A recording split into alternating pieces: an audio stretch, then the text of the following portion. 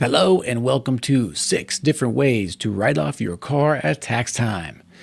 That's what this is about. So get ready. Let's just dive in. Not messing around. Okay. All right. Let's see. First, it is possible to significantly write off your car at tax time if you meet a couple of very specific conditions, which we are going to talk about in this video. Before we get to this, I'm going to tell you a little bit about me, because I should know how to do this. I do it every year. I'm a business owner. I own Big Bird Accounting, which is a bookkeeping and payroll firm. I own a law firm. I own a consulting business, and I love taxes. Okay, talk about taxes in my estate planning business. Talk about taxes in my bookkeeping business. Something that's really interesting to me. Knowledge is power. That's why I'm making this video, so that you can do the same. All right. I'm a lawyer, accounting firm owner, so I actually understand the rules. Kind of nice, right? Before we get into it, though, I have some good news and I have some bad news. And before I even get to that, I want to invite you to stick around to the end, where I'm going to try to convince you to not buy a new business vehicle. It's not something that everybody should do. The juice often isn't worth the squeeze. We're going to talk about why here in a few minutes. Okay? All right, now let's get to the bad news. Okay. It's going to be hard to write off your entire car unless you use it only for business. Okay. The extent to which you can write your car off is the extent to which you use it for business purposes. Now, business purposes are pretty wide, pretty gray in some ways, but if you're picking the kids up from school, that doesn't count. Okay. If you're driving to your office from your house, doesn't count. Okay, a lot of other stuff counts. Going to happy hour, going to CLE, going to check on your rental property, driving from office to office, running errands related to your business, going to happy hours, going to dinners. Those things count. Okay, the key is to get as much of that on your vehicle as possible so you can write off the maximum amount. Also, bad news. This is something I tried to do for a long time. I looked around, tried to find a million ways to do it, but it doesn't work. Okay. You cannot wrap your car in your business logo and write off everything you do in the car as a marketing expense. Okay. The expense just comes from using the vehicle for a business purpose. The marketing stuff just does not work, unfortunately. So you can try it. It ain't going to work. Okay. You can write off the cost of wrapping the car, but that's about it. Okay. All right. Now, what's the good news? I've got a lot of good ideas to get you down to almost zero, or just down as far as you can go. And that's the key here. Okay. We're not really trying to have a zero tax event necessarily. What we are trying to do is make sure that we are utilizing every single rule that we can for our business to pay only the amount of tax that we are supposed to pay. Some famous Supreme Court justice said, we have an obligation to pay the tax that we are supposed to pay and nothing more. That's why we make these videos. That's why we do bookkeeping, is because we want to help you reduce that tax burden, that tax liability, as low as possible. Okay, and these ideas don't require you to wrap your car. Okay, so you can drive around in silence. You can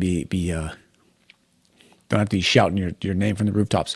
Although that is actually a good way to get some business. If you're a local sort of service-based business, brick and mortar, it's not terrible. Okay. Now let's start with the two most basic automobile or vehicle write-offs that pretty much, I don't know if everybody knows about them, but I think you have an idea. The first of 6 that we're going to do is the standard mileage deduction. Okay. Let's talk about it. Standard mileage rate. All right. This is for all the lazy people out there and electric vehicle owners and lessees often. Okay. And we're going to get into why. Okay. Which reminds me, by the way, you do not have to own your car to write it off. You can lease, and you can write off the lease, or you can write off the vehicle that you're using for business, even if you're leasing it. Okay. Leasing the car gives you many of the same opportunities for tax savings, and it can be advantageous if you want to have a new car every 2 years, and if you don't put a ton of miles on your car, because leases often have mileage maximums. If you go over, then you pay a lot of money. Okay. So what is the standard mileage rate method? Let's talk about it. It's very simple.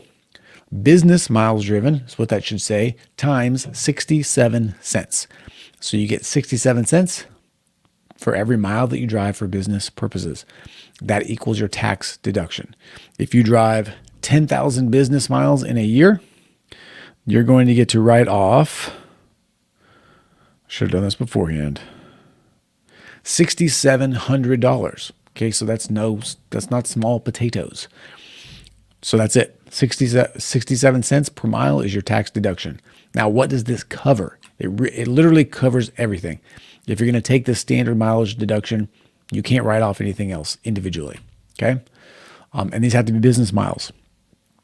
The 67 cents covers gas, tires, repairs, insurance, depreciation, licenses, registration, garage rent, trailer rental costs, rental and lease payments. It covers everything. Okay. So again, if you have a lease and it's a low amount, if you don't drive a lot of miles, you may not want to do this, right? If you have an electric car, you may want to do this, right? You drive 10,000 miles and you spend no money on gas. A lot of that money is coming back to you in a good way. Okay. Important thing to point out here, if you are buying a vehicle to take advantage of the Section 179 deduction, which we will talk about in a little bit, you cannot take the standard mileage deduction, okay? If we look here, you see depreciation is in there on the bottom left. If you are going to separately depreciate your vehicles, then you are going to not use the standard mileage deduction. Whether or not you want to do that requires a little bit of math. Every case is going to be a little bit different. So you need to talk to your CPA, talk to your bookkeeper, try to figure out what that's going to look like, okay? All right. Also, you can only use this for the business miles. Oh, I think I'm going to say this 100 times, okay? All right, so who's the standard mileage deduction good for? Electric vehicle owners, I just talked about that, okay? You're going to get 67 cents per mile, but the amount of money that you're going to actually pay per mile out of pocket is going to be low because you're not paying for gas.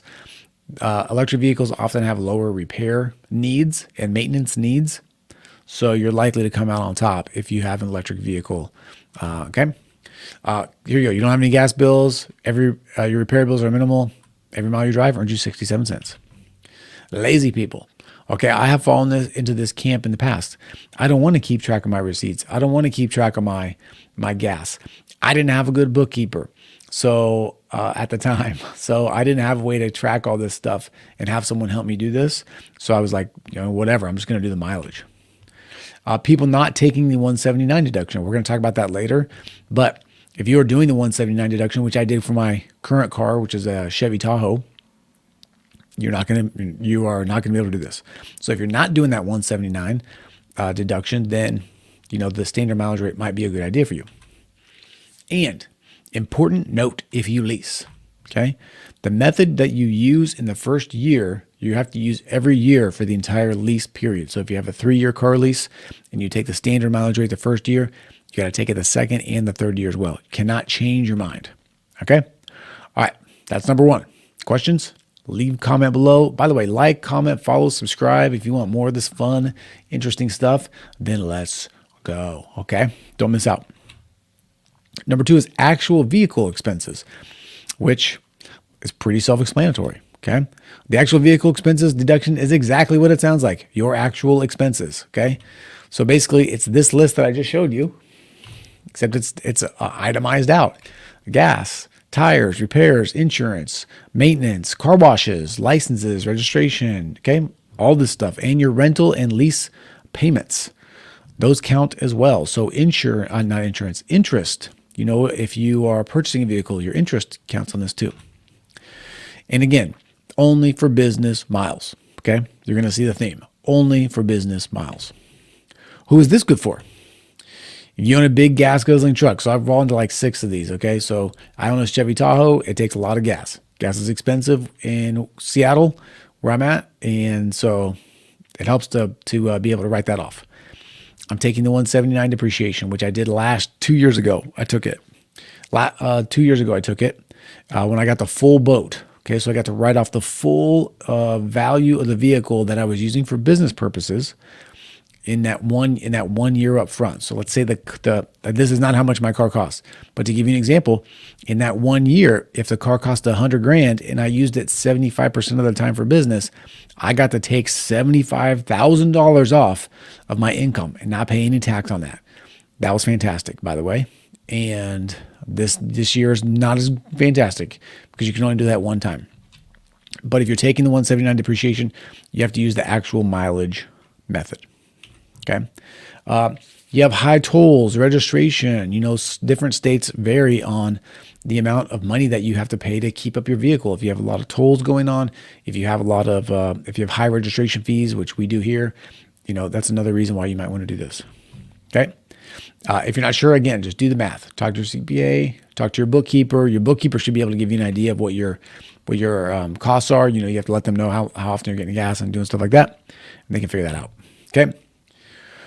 This is the math. Just take your business miles times 0.67 versus your actual business expenses for the year.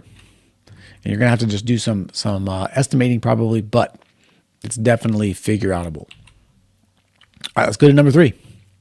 Number 3 is the Section 179 deduction, which we just talked about. All right. Section 179 refers to the IRS code, the tax code. Okay. It allows you to dramatically increase the depreciation expense you can take on certain business equipment, including large vehicles. Okay. What is depreciation? Depreciation is the loss in value of an asset for tax purposes. Most assets have a depreciation schedule that if they are in your business or if you're using for a business purpose, you can write off a certain amount every year on your taxes for the loss in value of the asset. Okay, and there's sort of a schedule depending on what it is. There's one for real estate, there's one for vehicles, there's one for computers, there's one for everything. Okay, and every year you get to take the depreciation. The depreciation an asset qualifies for is treated as a deduction for income tax purposes. This is a good thing. Okay, we want to utilize these when we can. Okay, back to Section 179. The code allows for the accelerated depreciation of all vehicles over 6,000 pounds. So really we're talking about mostly SUVs and things like that. Okay. In 2022, you depreciate by 100%, and then they have it gradually going away over time. So 2023 was 80%. In 2024, when I'm recording this video, 60%. So if you bought a vehicle and used it, the same example, the Tahoe for $100K, and you used it all for business, you could write off up to $60K. You could depreciate $60K right in year one. Okay. To qualify, all you have to do is put the vehicle in service in the tax year that you want to claim this 179 deduction. Okay, what that means is you got to buy it and you got to drive it in the same year. Okay, it works for new and used vehicles. Okay, so if you go and buy a 1984 Tahoe and start using it for your business, that counts because it's new to you. But it only works in the year you put the vehicle in service. Okay, so definitely keep this in mind if you're in the market for a new car. That's the only reason I took advantage of this. Literally, my car broke. I had to get a new car. So I was looking for ways to maximize the value, maximize the return on that. And the Tahoe was an easy choice, okay, because I got a discount on it with the depreciation being able to be taken. Okay, number 4. Pimp your ride. Okay, I don't know if this is exactly this isn't exactly a write-off. It's kind of going to go to the end of the go along with what I talk about at the end. But we'll get into it. Okay, although the expenses related to the use of your vehicle are separated via personal and business, accessories and upgrades are all business. Okay, so if you want to lift your truck, put big tires on it, get the windows tinted, put the lights on it or whatever, as long as you can show that it's for some kind of business purpose, then it's a write-off, the whole thing. Okay, so you can really pimp your ride if you want to. Speakers, get nice things for your car. Okay, that counts as business expenses. So that's one thing to do. Don't pimp out your personal car, pimp out your business car. Okay. Don't be afraid to make your business car amazing. Okay, you're going to be driving it in a lot probably, while you're working. Might as well enjoy it. Okay, ready for number 5? Let's go. Number 5 is Turo it for more write-offs. This is like a little bit of a niche-y kind of a thing. Not everyone's going to want to take advantage of this, but the purpose of this presentation, of this video, of this podcast, where you listen to this, is really just to give you different ideas and let you employ the ones that work for you. Okay, so how does Turo get you a bigger write-off? This is theoretical. Okay, so talk to your CPA before you employ this. Make sure that they're on board with it. It will work. It should work. It just depends on how aggressive you want to be. Okay, so if you employ your car in Turo, okay, every day, hour, minute your car is listed as available, it's technically in service for business. Someone could use it. Someone could book it. And it's available, right? So if it's available, it's technically being used for a business purpose. Just like when you are in your car and you're driving Uber, while you're waiting for the next ride, your car is in service. Okay, it is being used for business purposes. Now, this is helpful because it can bump the percentage of business use up considerably. So translation, a bigger write-off. So it can take you from a 60% business use to maybe an 80% business use. And because while it's being employed for Turo, while it's listed for use and not being used by you for anything, then you can technically use it as a business purpose. Obviously, when it gets booked and used, can be used. It's in business. Being used for business purposes as well. And just FYI, if you don't want a ton of rides on your car, just bump the price up a little. Okay, I've done Turo. I've had my car's in Turo. It's pretty cool service. You make a little bit of money, maybe even pay for your car. But at the same time, if you bump that price up, obviously you will get less rides. Okay, last but not least, number 6 is have a cheap personal car. Okay, one of the things that my CPA told me was, the IRS is much less likely to put a microscope on the use of your business vehicle if you have a personal vehicle that you use as well. And that makes perfect sense. If you don't have a car that you can drive for personal use, then the only car that you have is going to get used for personal stuff from time to time. It's just a fact.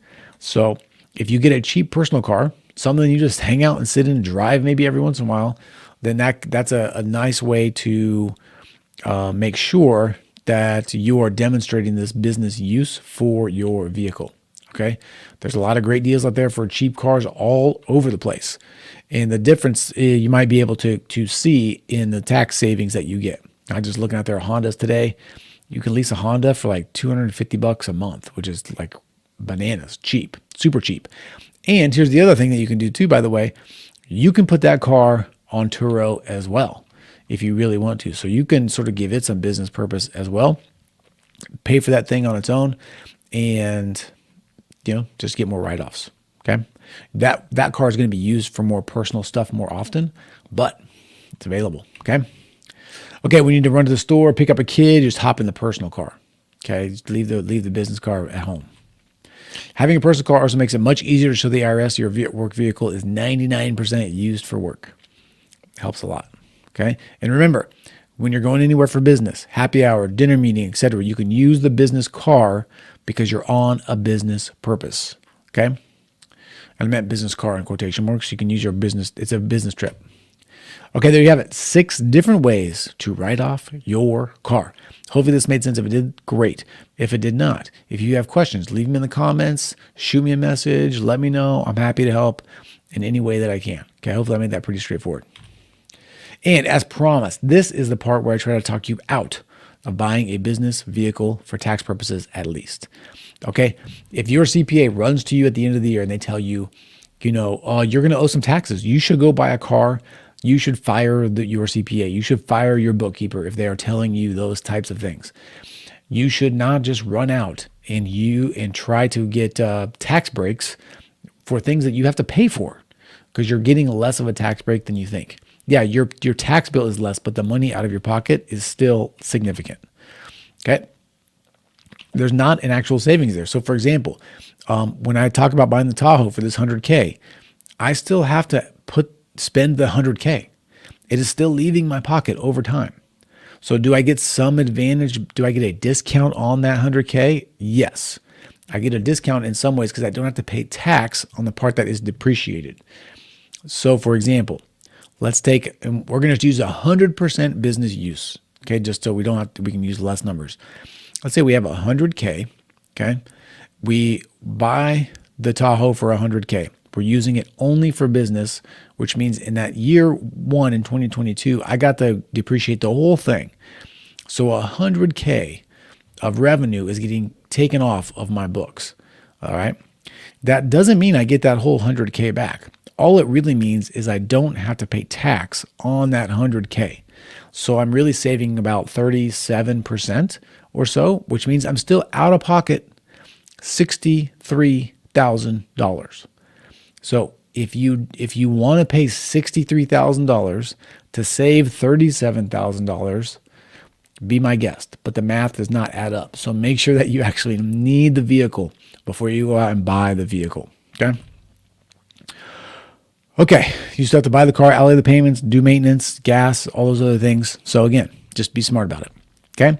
Yes, you can get some tax relief from the purchase, but you can already employ these strategies with your current car. So you don't need to go get a new car. And you might be asking yourself, oh, what about Section 179? If you bought a car 3 years ago, you can't use 179 this year, right? Kind of.